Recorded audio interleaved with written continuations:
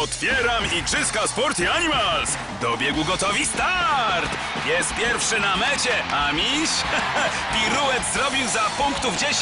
Sam na sam z bramką, tygrys, gol! Podanie do małpy, wiewiórki, skok, a największa siła krokodyla! O, Piskarte, flamin zaczyna! Bohaterów serii Sporty Animals oraz wiele innych zabawek znajdziesz w Kinder Niespodziance i na magickinder.com.